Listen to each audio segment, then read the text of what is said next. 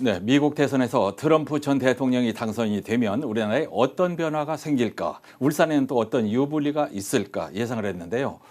대미 수출 의존도가 높은 우리 경제에 아무튼 큰 영향이 있을 것은 분명합니다.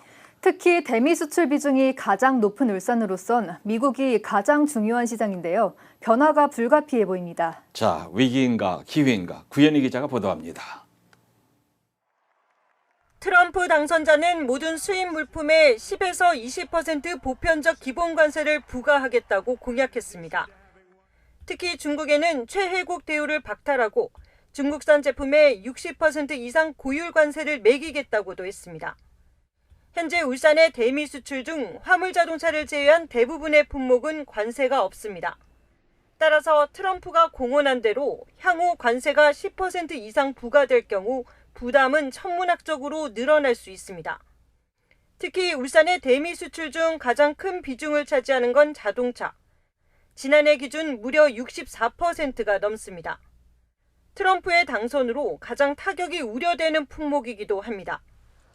특히 전기차 의무화 폐지와 전기차와 배터리에 보조금 등을 지급하는 IRA를 폐기할 가능성도 나오면서 자동차 업계의 긴장감이 커지고 있습니다. 트럼프가 1기 집권 때도 그랬지만 부품 수출이 많이 줄었거든요. 그러다 보니까 2기 집권 때도 같은 현상으로 더하면 더했지 이 현상이 덜하진 않을 거다. 그래서 수출에 어떤 할로책을 하지 않는 한 좀 어려울 것 같다. 이기의식이 좀 있거든요. 다만 위기를 기회로 삼을 수 있다는 분석도 나옵니다.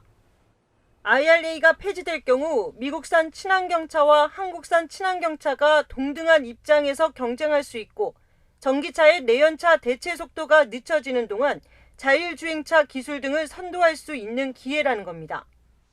조선업도 미국 함정 유지 보수 등에 참여할 수 있는 기회와 미국의 대중경제 움직임으로 반사이익을 볼 수 있다는 전망이 나옵니다.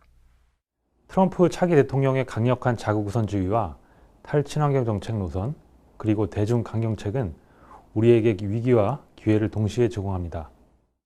따라서 치밀한 대응 전략과 함께 미국 의존도가 높은 지역 산업의 수출국을 다변화하는 건 역시 과제입니다. JCN 뉴스 구현입니다.